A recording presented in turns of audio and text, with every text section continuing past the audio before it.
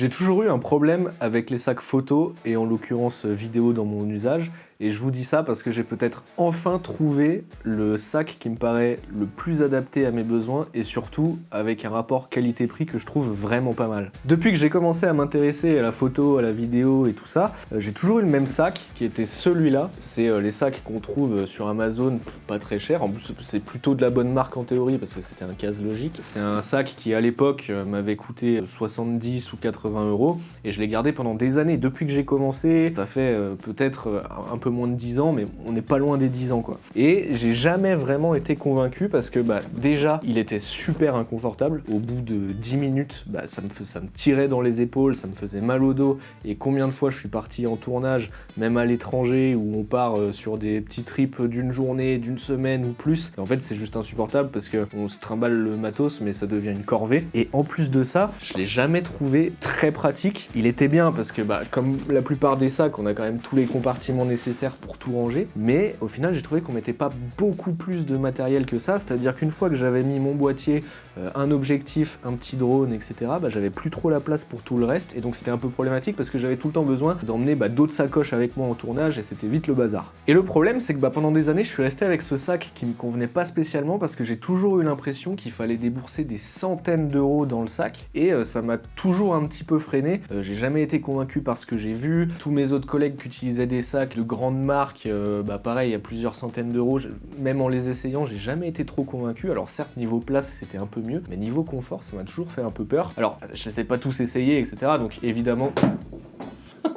Il y a le chat qui vient de faire tomber les lumières. Alors évidemment, je les ai pas tous testés, etc. Mais ça m'embêtait sur le principe de mettre plusieurs centaines d'euros dans un sac, parce que des fois ça peut monter quand même vachement rapidement, et de me dire que ça se trouve déjà j'allais pas être convaincu, et puis si c'était pour pas être convaincu, je restais avec mon petit sac qui faisait pas l'affaire, mais un peu frileux pour le changer quoi. D'autant plus que quand je débutais et que je voyais ces prix-là pour les sacs, j'ai toujours voulu prioriser plutôt du matériel entre guillemets concret, donc j'ai toujours voulu plus investir dans des optiques, dans des boîtiers, dans des accessoires, etc. plutôt que le sac. Donc c'est en plus tout le temps un truc que j'ai laissé de côté. Et un jour, j'arrive sur une prestation avec un collègue qui venait de changer son sac photo. Moi, vu que je m'y intéressais parce que j'ai jamais vraiment trouvé celui qui me correspondait, j'ai regardé un petit peu, je l'ai essayé. Et au final, j'ai été très surpris quand il m'a dit que c'était ni plus ni moins que le sac photo Decathlon à 90 €. Et je me suis dit, waouh, ok, ça peut-être être un sac intéressant. Donc le sac, il ressemble à ça. Bon, de toute façon, là, je le montre comme ça rapidement, mais vous voyez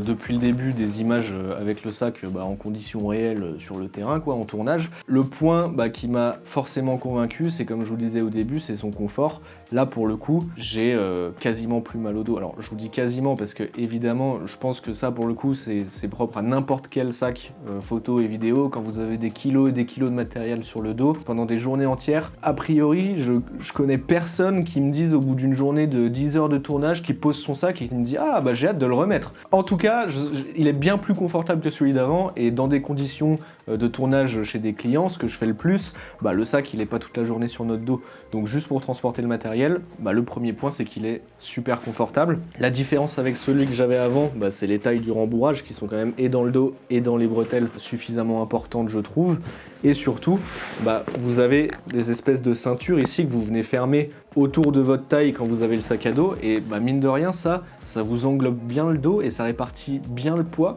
ce qui fait que ce sac là, je mets beaucoup plus de poids que dans mon ancien, et même quand il est chargé à bloc, c'est largement supportable et beaucoup plus confortable que mon ancien sac. Donc déjà juste pour ça, moi j'étais convaincu par rapport à ce sac là, et puis surtout, le deuxième point le plus important, c'est la praticité et la quantité de matériel que je peux mettre dedans. Comme je vous disais, mon ancien sac, une fois que j'avais mis ma caméra, un objectif, un retour et 2-3 batteries, j'étais toujours en train de me trimballer avec une autre sacoche à côté, etc. Là, dans ce sac là, ça m'arrive de partir en tournage avec juste ce sac là, c'est-à-dire que j'ai mon boîtier avec une optique montée dessus, une deuxième optique rangée dans les compartiments. Je peux même mettre un petit drone. Alors je vous parle pas du Mavic 4 Pro évidemment, ça faudra forcément la petite sacoche à côté, vous pourrez pas le rentrer là-dedans, ou alors oui, mais vous pourrez pas mettre grand chose d'autre, mais vous pouvez très bien imaginer mettre un mini sans souci dedans. Moi c'est ce que je fais quand je pars en tournage, je rajoute mon mini, j'ai des batteries, des vélocs, des câbles, des poignées, des cages pour les caméras, et je peux tout rentrer dans le sac, parfois même avec des lumières. Donc On a vu le confort qui m'a convaincu, on a vu la capacité de chargement qui m'a convaincu, et il y a aussi un grand aspect pratique dans ce sac-là, qui encore une fois, à ce prix-là, on a quand même pas mal de possibilités et de fonctionnalités que je suis pas sûr qu'on retrouve sur un autre sac à ce prix-là. En tout cas, vous voyez, le prix est quand même relativement proche de mon ancien sac, et il y a déjà rien à voir entre les deux sacs. Je vais pas lister tout comment fonctionne le sac, parce que, je pense que la plupart des sacs photo maintenant fonctionnent plus ou moins pareil avec la fermeture dans le dos. Ça a plusieurs avantages. Déjà quand vous le posez, vous êtes sur le dos, donc si c'est mouillé ou quoi, quand vous le remettez, vous n'avez pas tout le dos qui est dégueulasse. Et la fermeture, ça vous évite de perdre des affaires ou de vous les faire voler. Bon, ça m'était jamais arrivé avec l'autre sac, mais c'est quelque chose qu'il faut souligner, je pense. En tout cas, l'ouverture par le dos, c'est quand même bien plus pratique. Tout à l'heure, je vous parlais des ceintures. Sur les ceintures, vous voyez des images en même temps sur les tournages de pourquoi c'est pratique, parce que de chaque côté vous avez des poches qui sont directement accessibles quand vous l'avez sur le dos. Donc moi régulièrement quand on est en tournage en extérieur, j'ai mon sac avec le capture clip sur les bretelles et l'appareil, plus dans mes petites poches accessibles directement quand j'ai le sac sur le dos, les batteries, les cartes SD, ce genre de choses, ce qui fait que si vous êtes bien organisé et que vous êtes sur un tournage où vous devez être mobile, vous n'avez pas besoin de retirer le sac de votre dos pour récupérer des accessoires dedans. Des poches, il y en a partout. Alors moi, quand j'ai besoin d'aller choper quelque chose dedans, je prends le temps de le poser et de le rouvrir par le dos parce que je trouve que c'est quand même beaucoup plus pratique pour accéder à tout ce que vous avez dedans. Mais il faut quand même aussi noter que vous avez des poches un peu partout. Là, vous avez une petite poche sur le côté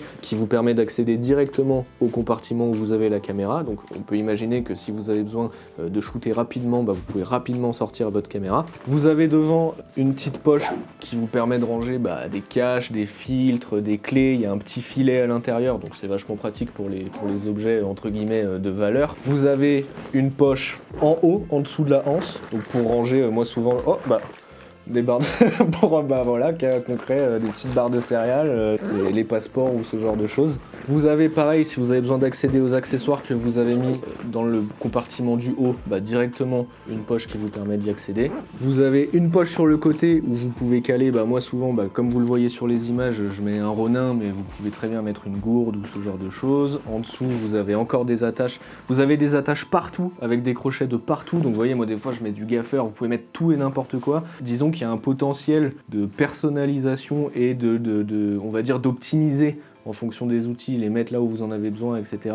Il y a quand même énormément de possibilités. En dessous du sac, encore une fois, vous le voyez quand c'est mis en place sur les images, mais vous avez un petit compartiment où vous avez la protection pour la pluie que vous pouvez mettre sur le sac. Là, vous le voyez sur les images qu'on vous montre qu'on allait tourner avec le sac, vous avez largement de comètes. Vous voyez, alors moi pour le coup, il est rarement chargé comme ça le sac, mais j'ai essayé de le charger un maximum pour pouvoir vous montrer que vous pouvez facilement avoir tout ce qu'il vous faut.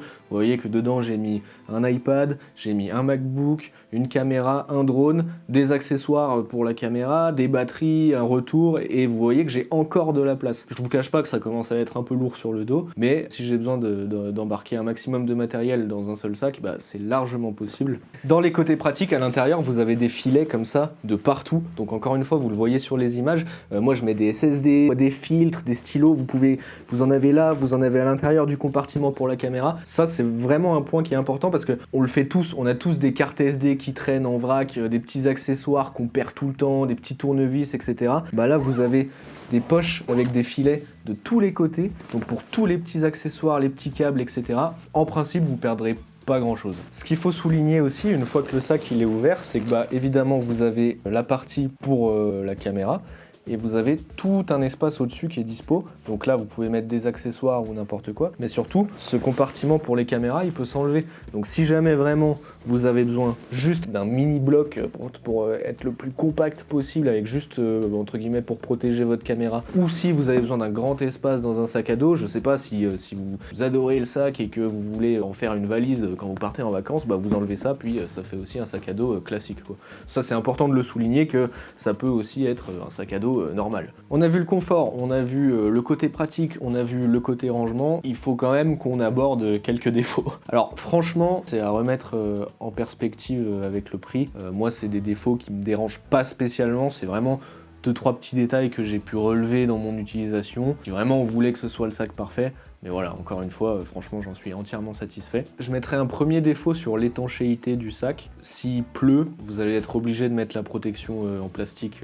par-dessus. C'est quelque chose qui me dérange pas parce que déjà quand il pleut, j'évite de me trimballer avec mon sac dehors. Ça m'est encore jamais arrivé de devoir le faire. Et puis, quand bien même, je pense qu'il y a quand même beaucoup de sacs qui sont pas forcément étanches. Quand je dis étanche, je veux dire imperméable. C'est que bon, le sac est pas imperméable. Voilà, il faut le savoir, il faut y prêter une petite attention. Je mettrai un deuxième petit défaut sur le dessous du sac. Il n'est pas spécialement coqué, il n'y a pas spécialement un renfort. C'est vrai que quand vous posez le sac debout, va falloir éviter de le frotter ou ce genre de choses. J'ai pas eu de problème particulier, pas eu de points qui se sont fragilisés, mais je pense qu'il faut y faire attention quand même. Point qui me chagrine un peu, c'est pour les trépieds. Alors, vous l'avez vu sur les rushs, moi je mets un Ronin dans cette poche-là qui tient après sur les boucles ici. Sachez que vous pouvez mettre un petit trépied aussi, mais ça va être vraiment un petit trépied. Ça va être les petits trépieds de voyage. Dès que vous allez être sur du trépied vidéo, voire du vrai trépied robuste, ça va être compliqué de le prendre sur le sac. Pareil, vous avez la possibilité de le mettre en dessous. Vous avez des boucles, vous pouvez caler un trépied comme ça à l'horizontale. Moi je trouve que c'est pas l'idéal et encore une fois, vu la taille, il faut que ce soit vraiment du petit trépied. Je pense que voilà, si vous avez un trépied avec ce sac, il vaut mieux soit le transporter à côté, soit que ce soit vraiment un petit trépied de voyage.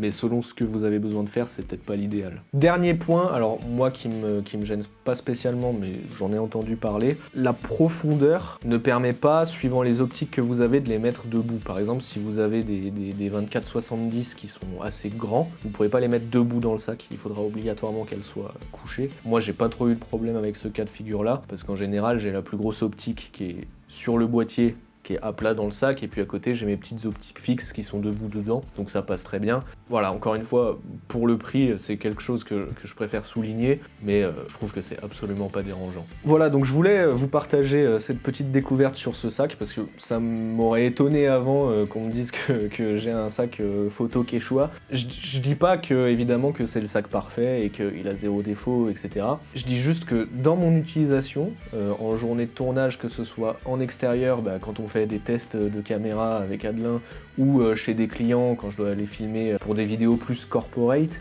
il a tout le temps répondu à 100% de mes attentes.